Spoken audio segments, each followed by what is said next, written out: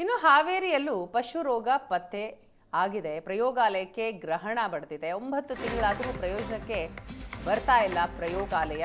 ಹಾವೇರಿ ಜಿಲ್ಲಾಡಳಿತದ ನಿರ್ಲಕ್ಷ್ಯ, ಇದರ ವಿರುದ್ಧ ಅನ್ನದಾತರು ಆಕ್ರೋಶಗೊಂಡಿದ್ದಾರೆ. 9 ತಿಂಗಳಾದರೂ ಕೂಡ ಪ್ರಯೋಗಾಲಯ ಯಾವುದೇ ರೀತಿಯ ಉಪಯೋಗಕ್ಕೆ ಬರ್ತಾ ಇಲ್ಲ. ಕಳೆದ ಫೆಬ್ರವರಿಯಲ್ಲಿಯೇ ಉದ್ಘಾಟನೆಯಾಗಬೇಕಾಗಿತ್ತು ಪಶು ರೋಗ ಪತ್ತೆ ಲ್ಯಾಬ್.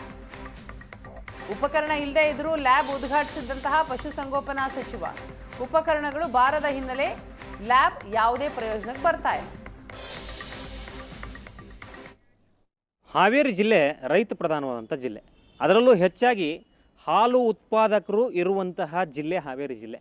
ಇಂಥ ಒಂದು ಕೃಷಿ ಪ್ರಧಾನವಾದಂಥ ಜಿಲ್ಲೆಯಲ್ಲಿ ಜಾನುವಾರುಗಳು ರೈತನ ಜೀವಾಳ, ರೈತನ ಮನೆ ಮಕ್ಕಳಾಗಿ ಜಾನುವಾರುಗಳನ್ನು ಇವತ್ತು ಸಾಕಿರ್ತಾರೆ. ಆದರೆ ಆ ಜಾನುವಾರುಗಳು ಏನಾದರೂ ಕಾಯಿಲೆ ಬಿದ್ದು ಸತ್ತಂಥ ಸಂದರ್ಭದಲ್ಲಿ ಯಾಕೆ ಸತ್ತು, ಅದಕ್ಕೆ ಪರಿಹಾರಕ್ಕಾಗಿ ಅರ್ಜಿ ಹಾಕಬೇಕಾದ್ರೆ ಲ್ಯಾಬ್ ರಿಪೋರ್ಟ್ನ ಅವಶ್ಯಕತೆ ಇರುತ್ತೆ. ಆ ಕಾರಣಕ್ಕೆ ಮತ್ತು ಅವುಗಳಿಗೆ ಏನಾದರೂ ರೋಗಗಳು ಬಂದರೆ ಹೆಚ್ಚಿನ ತಪಾಸಣೆಗೆ ಒಳಪಡಿಸಲಿಕ್ಕೆ ಲ್ಯಾಬ್ ಬೇಕೇ ಬೇಕು. ಮನುಷ್ಯರ ಲ್ಯಾಬ್ ಹೇಗೋ ಹಾಗೆ ಒಂದು ಲ್ಯಾಬು, ಎನಿಮಲ್ ಲ್ಯಾಬ್ ಕೂಡ ಬೇಕು. ಆ ಕಾರಣಕ್ಕೇ ಸರ್ಕಾರದ ವತಿಯಿಂದ ಈ ಒಂದು ಪಶು ರೋಗ ತನಿಖಾ ಪ್ರಯೋಗಾಲಯವನ್ನು ಈ ವರ್ಷ ಫೆಬ್ರವರಿ ತಿಂಗಳು 12ನೇ ತಾರೀಕು ಪಶುಸಂಗೋಪನಾ ಇಲಾಖೆಯ ಸಚಿವರಾಗಿರುವಂಥ ವೆಂಕಟೇಶ್ ಅವರು ಬಂದು ಉದ್ಘಾಟನೆ ಮಾಡಿ ಹೋಗಿದ್ದಾರೆ. ಸಮಸ್ಯೆ ಏನಂತ ಹೇಳಿದ್ರೆ, ಉದ್ಘಾಟನೆ ಆದ ಬಳಿಕ ಲ್ಯಾಬ್ ಶುರುವಾಗಬೇಕಾಗಿತ್ತು. ಲ್ಯಾಬ್ನ ಉದ್ಘಾಟನೆ ಮಾಡಿ ಅದಾದ ನಂತರ ಬೀಗ ಹಾಕಿದ್ದು ಇದುವರೆಗೂ ಕೂಡ ಬೀಗ ತೆಗೆದೇ ಇಲ್ಲ. ಕಾರಣ ಏನಂತ ಹೇಳಿದ್ರೆ, ಒಳಗಡೆ ಲ್ಯಾಬ್ ಸೆಟಪ್ ಆಗೇ ಇಲ್ಲ. ಸುಮಾರು 1 ಕೋಟಿ ರೂಪಾಯಿ ಮೌಲ್ಯದ ಲ್ಯಾಬ್ ಉಪಕರಣಗಳು ಬರಬೇಕು.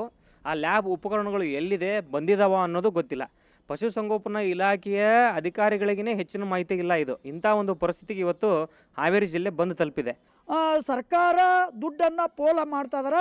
ಇದು ಪಶು ವೈದ್ಯ ಸಚಿವರು ದಯಮಾಡಿ ಇತ್ತ ಗಮನ ಹರಿಸ್ಬೇಕು. ತಾವುಗಳು ಏನು ಇಲ್ದಂಗೆ ಉದ್ಘಾಟನೆ ಮಾಡಿರಿ ಅಂದ್ರೆ ಇದ್ರಾಗ ದೊಡ್ಡ ಭ್ರಷ್ಟಾಚಾರ ಆಗಿದೆ. ನೀವು ಇದರಲ್ಲಿ ದೊಡ್ಡ ಭ್ರಷ್ಟಾಚಾರ ಆಗಿದ್ರಿ. ಕೂಡಲೇ ಸಚಿವ ಸ್ಥಾನದಿಂದ ನೀವು ಸಚಿವ ಸ್ಥಾನವನ್ನು ತ್ಯಾಗ ಮಾಡಿ ಬೇರೆಯವರಿಗೆ ಅನುಕೂಲ ಮಾಡಿಕೊಡ್ಬೇಕಂತ ಈ ಮೂಲಕ ಮನವಿ ಮಾಡ್ತಾ ಇದ್ದಾರೆ. ಸಂಗೋಪನಾ ಇಲಾಖೆ ಅಧಿಕಾರಿ